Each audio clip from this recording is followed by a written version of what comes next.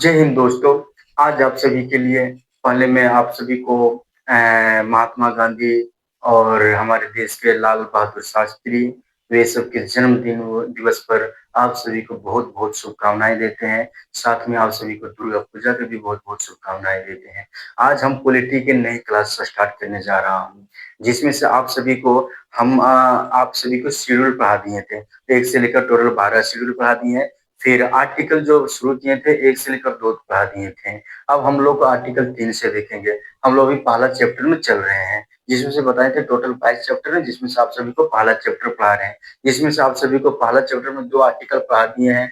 एक पढ़ा दिए थे आप सभी को कि अनुच्छेद अनुच्छेद पहला बोलता है भारत राज्यों के संघ, जिसमें से आपको बता दिए थे कि अनुसूची 1 भी देख लीजिएगा तो अनुच्छेद 1 की और अनुसूची 1 दोनों क्या है, बराबर है। अनुच्छेद 2 पढ़ा दिए थे, जिसमें से बता दिए थे कि भारत की जो संसद है कोई भी विदेशी राज्यों को भारत में मिला सकता है, जिसमें राष्ट्रपति कोई हस्तक्षेप नहीं कर सकता। ये चीज को मैंने पढ़ा दिया है। अब आप सभी को मैं अनुच्छेद 3 पढ़ाएंगे। अनुच्छेद 3 क्या बोलता है? संसद भारत के राज्यों में परिवर्तन कर सकता है। अनुच्छेद 3 आर्टिकल 3 क्या बोलता है कि संसद भारत के राज्यों में परिवर्तन अर्थात बदलाव कर सकता है। इसमें राष्ट्रपति हस्तक्षेप नहीं कर सकते। इसमें राष्ट्रपति हस्तक्षेप नहीं कर सकती है।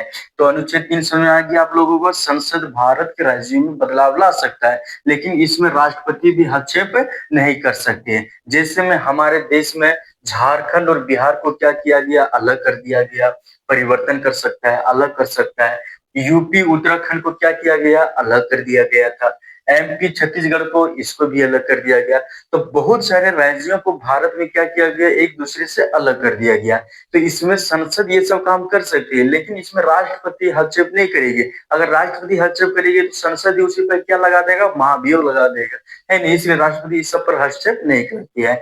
तो बताया जाता है फिर आगे ये हम लोग समझ गए, बिहार झारखंड अलग कर दिया गया। इसकी वजह से आर्टिकल 3 की वजह से यूपी उत्तराखंड अलग कर दिया गया, एमपी छत्तीसगढ़ को अलग कर दिया गया।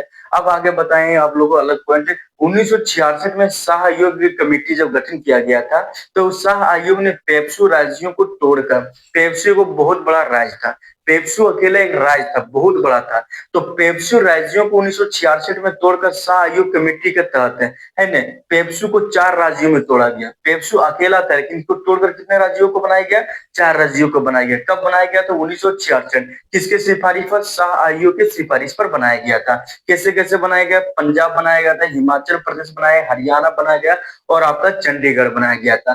पंजाब बनाया गया था कि जहां पर पंजाबी भाषा बोलते हैं वहां उसको पंजाब बना दिया गया था। जहां पर पहाड़ी है उसको हिमाचल प्रदेश बना दिया गया। उसके बाद जहां पर हिंदी भाषा बोलता है वहां हरियाणा बना दिया, और जहां पर राजधानी है उसको क्या बना दिया गया? चंडीगढ़ बना दिया। यानी पेप्सू अकेला एक राज्य था, लेकिन शाह आयोग कमेटी की सिफारिश पर 1966 में पेप्सू को तोड़कर कितने राज्यों को गठन किया गया?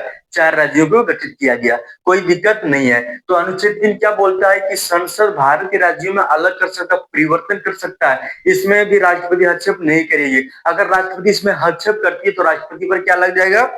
महाभियोग लग जाता है।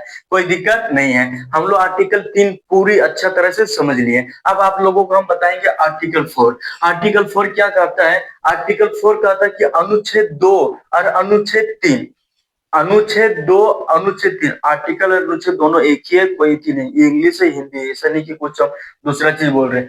अनुच्छेद 2 और अनुच्छेद 3 में राष्ट्रपति हस्तक्षेप नहीं कर सकती है। क्या बोलता है? 4 अनुच्छेद 2 और अनुच्छेद 3 में राष्ट्रपति हस्तक्षेप नहीं कर सकती है। अगर राष्ट्रपति हस्तक्षेप करेगी तो उस पर क्या लग जाता है? महाभियोग लगा देगी संसद, जिनकी वजह से अनुच्छेद 368 में राष्ट्रपति हस्तक्षेप कर सकती है। अनुच्छेद 368 में राष्ट्रपति हस्तक्षेप कर सकती है, लेकिन अनुच्छेद 2 और अनुच्छेद 3 को राष्ट्रपति के हस्तक्षेप से बचने के लिए इसको 368 को बाहर रख दिया गया। कोई दिक्कत नहीं है। क्या बोल रहा है? अनुच्छेद 368 में राष्ट्रपति अपना मर्जी से पूरी तरह से हस्तक्षेप कर सकती है, कोई रोकने वाला, कोई बोलने टोकने वाला कोई नहीं है। लेकिन अनुच्छेद 2 और अनुच्छेद 3 को अनुच्छेद 368 के बाहर इसलिए रख दिया ताकि ये 2 और 3 को राष्ट्रपति ना छुए, ताकि 2 और 3 को राष्ट्रपति ना चुने। इसलिए 2 और 3 किसके बाहर है? आर्टिकल 368 के बाहर है।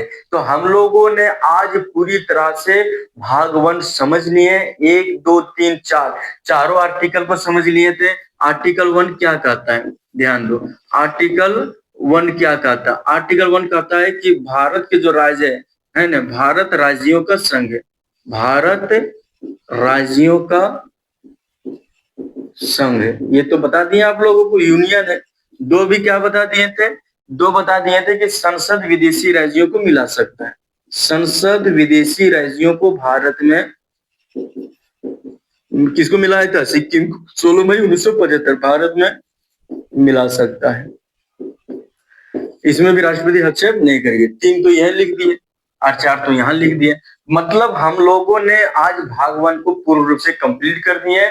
1 से लेकर 4 तक आर्टिकल बता दिए।